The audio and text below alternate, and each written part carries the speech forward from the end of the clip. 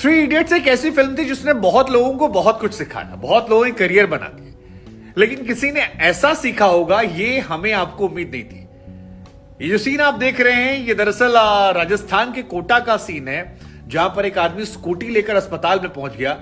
लेकिन ये सीन जो है ये थ्री इडियट फिल्म की याद दिलाता है। याद कीजिए थ्री इडियट फिल्म में राजू का वो सीन जहां पर शर्मन जोशी के पिताजी को लेकर वो अस्पताल में घुस जाता है। न सिर्फ अस्पताल में घुसता है बल्कि सारी फॉर्मेलिटी से कहता है यार बाद में देखेंगे, पहले पिताजी को इलाज करवाना है। और क्योंकि मजबूरियां होती हैं, प्रायोरिटी होती है, तो अस्पताल में सीधे अंदर जाता है। लोग शौक हो जाते हैं।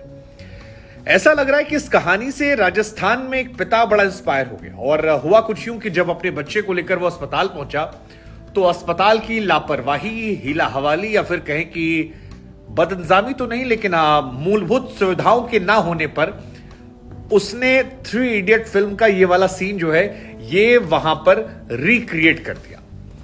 और गुरु रिक्रिएट ऐसे किया कि अस्पताल वाले हैरान हो गए। अपने बच्चे को लेकर स्कूटर पे बिठाकर ये अस्पताल के वार्ड में घुस गए।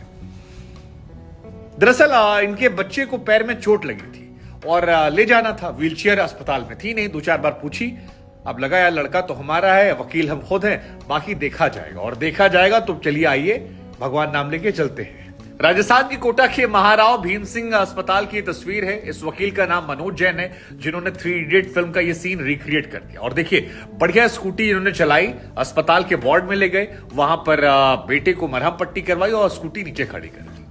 थोड़ी देर तक ये जनाब जो है आराम से अपना घूमते टहलते रहे। इसके बाद फिर लोगों से पता किया कि भैया बाबू कहीं से अगर आप व्हीलचेयर की व्यवस्था कर देते तो हमारा बड़ा आसान काम हो जाता। लेकिन जब एक बार इन्हें फिर पता लगा कि इस अस्पताल में व्हीलचेयर तो है ही नहीं, तो फिर इनको लगा कि यार अब ले कैसे जाए, अब गोद में तो उठाएंगे नहीं, लड़का भी थोड़ा बड़ा हो गया, मनोज जी का 10 साल का लड़का है। तो इन्होंने कहा कि एक काम करते हैं, फिर से स्कूटी ले चलते हैं।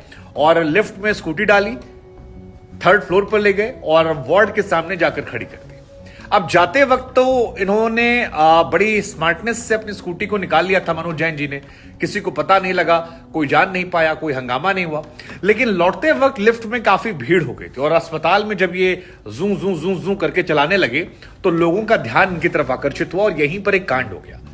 कांड यह हुआ कि अस्पताल में जो वार्ड की जिम्मेदारी जिनके पास ही 3rd फ्लोर की, उन्होंने इनको आते वक्त तो नहीं देखा था, लेकिन जाते वक्त जब देखा तो इनकी स्कूटी से चाबी जो है वो निकाल ली। और उसके बाद पूछा कि क्या बाबू स्कूटी लेके कहां आ गए? और अगर सभी स्कूटी लेके ही ऊपर आ गए तो फिर अस्पताल में तो खाली इसको पार्किंग बना दे जाएगा, मतलब ऐसे कैसे चलेगा, कैसे बताओ। मनोज जैन जी ठहरे वकील, वकील आदमी डरने वाला, कहा वो भी भिड़ गए। कहा कि जब तुम्हारे अस्पताल में नहीं है व्हीलचेयर और लड़का हमारा बीमार है और उसके पैर में चढ़ना, पहले प्लास्टर है, पहले टूटा पड़ा था, तो ऊपर कैसे ले जाते? और अगर ऊपर ले गए तो नीचे भी लाना पड़ेगा। अब या तो तुम हमें व्हीलचेयर दिला देते और या फिर खामोशी से में जाने देते।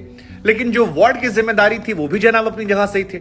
उनका कहना था कि अगर तुम्हारी तरह हर आदमी वार्ड में ऐसे ही गाड़ी घोड़ा लेकर चलाएगा तो फिर बाकी लोगों की इतनी परेशानी होगी। इस पर जनाब मनोज जैन जी कहना था कि देखो भैया, हमने ली थी परमिशन, बाहर तुम्हारा बैठा था गार्ड और अस्पताल के स्टाफ से पूछा हमने कहीं कुछ तुम्हारे पास है, तो जब उन्होंने कहा नहीं है तो हमने कहा कि यार हमारे पास जो स्कूटी है वो इलेक्ट्रिक स्कूटी है, ना वो शोर मचाती है ना वो परेशान करती है और चुपचाप सुरसुर चली आती है। क्योंकि लिफ्ट बड़ी थी, स्कूटी छोटी थी, लिहाजा हमने वहां पर इसे घुसा दिया। हालांकि इस मामले को उसके बाद पुलिस प्रशासन को आना पड़ा। दोनों पक्ष में एक दूसरे पर काफी चीखा चिल्ली के बाद पुलिस आई, पुलिस भी इन दोनों के सामने रही। लेकिन वकील बाबू जो है अपनी दलीलों को यहां रखते चले गए और उसके बाद कहा जाता है कि हुआ कुछ नहीं। मतलब अस्पताल प्रशासन को पता था कि बाबू जब गलती हमारी हो तो फिर धीरे से खिसक के बच लेना चाहिए। उधर मनोज जैन भी जान रहे थे कि मामला बढ़ेगा तो भी फंस जाएंगे, तो कहा जाता है कि दोनों पक्ष ने सुलह कर ली। हालांकि सुलह के बीच में एक सवाल जो है वो बरकरार रह गया और वो सवाल ये था गुरु की स्कूटी तो नहीं आई, सुलह भी हो गई, लेकिन व्हीलचेयर का क्या हुआ? आज मनोज जी आए थे, कल कोई और आएगा, खबर हाईलाइट हो गई। इसके बाद अस्पताल प्रबंधन से पूछा गया कि इस मामले को उनका क्या कहना है, तो उनका कहना था जी ये बात बिल्कुल सच है कि अस्पताल में हमारे व्हीलचेयर नहीं है। हमने कोशिश की थी कि यहां मंगा लिया जाए, लेकिन जब नहीं मिली तो फिर हमने कहा है कि अब चंदा से व्हीलचेयर मंगाएंगे। अब सवाल यह है कि लोग अस्पताल में भर्ती होने के लिए पहले चंदा दें, चंदे के बाद फिर उस चंदे से व्हीलचेयर आए, राम जाने उसमें भी कितना करप्शन जाए। और अगर चंदा ना जाए तो क्या अस्पताल प्रशासन के पास इतना पैसा नहीं है कि वो अपने दम पर व्हीलचेयर ले आए? क्योंकि तर्क चंदे का मेरी समझ से परे है। शुरुआत में उन्होंने तर्क दिया कि नया अस्पताल है, कुछ सामान नहीं आया है, लेकिन बात का जो तर्क है वो मेरी समझ से परे। हालांकि आमिर खान ने उस फिल्म में जो किया था, जैसा हमने शुरुआत में आपसे कहा कि उसने बहुत लोगों को इंस्पायर किया था, मतलब कई लोगों की जिंदगियां बदली। हमने खुद इंजीनियरिंग से अपने आप को मीडिया फील्ड में स्विच कर लिया, लेकिन ये वाला जो आइडिया था ये वकील साहब ने एकदम तगड़ा पकड़ा। वहां पर राजू ने कहा था कि जी पहली प्रायोरिटी है जुगाड़ करके काम करवा लो, बाकी जो बाद में होगा देखा जाएगा। और यहां पर वकील साहब ने भी कहा कि लड़का जब बीमार है तो पहले काम करवा लो, बाकी जो होगा वो देखा जाएगा। तो हमें लगा हम आपसे पूछते हैं वकील साहब के जुगाड़ पर और इस पूरी घटना पर आप क्या सोचते हैं।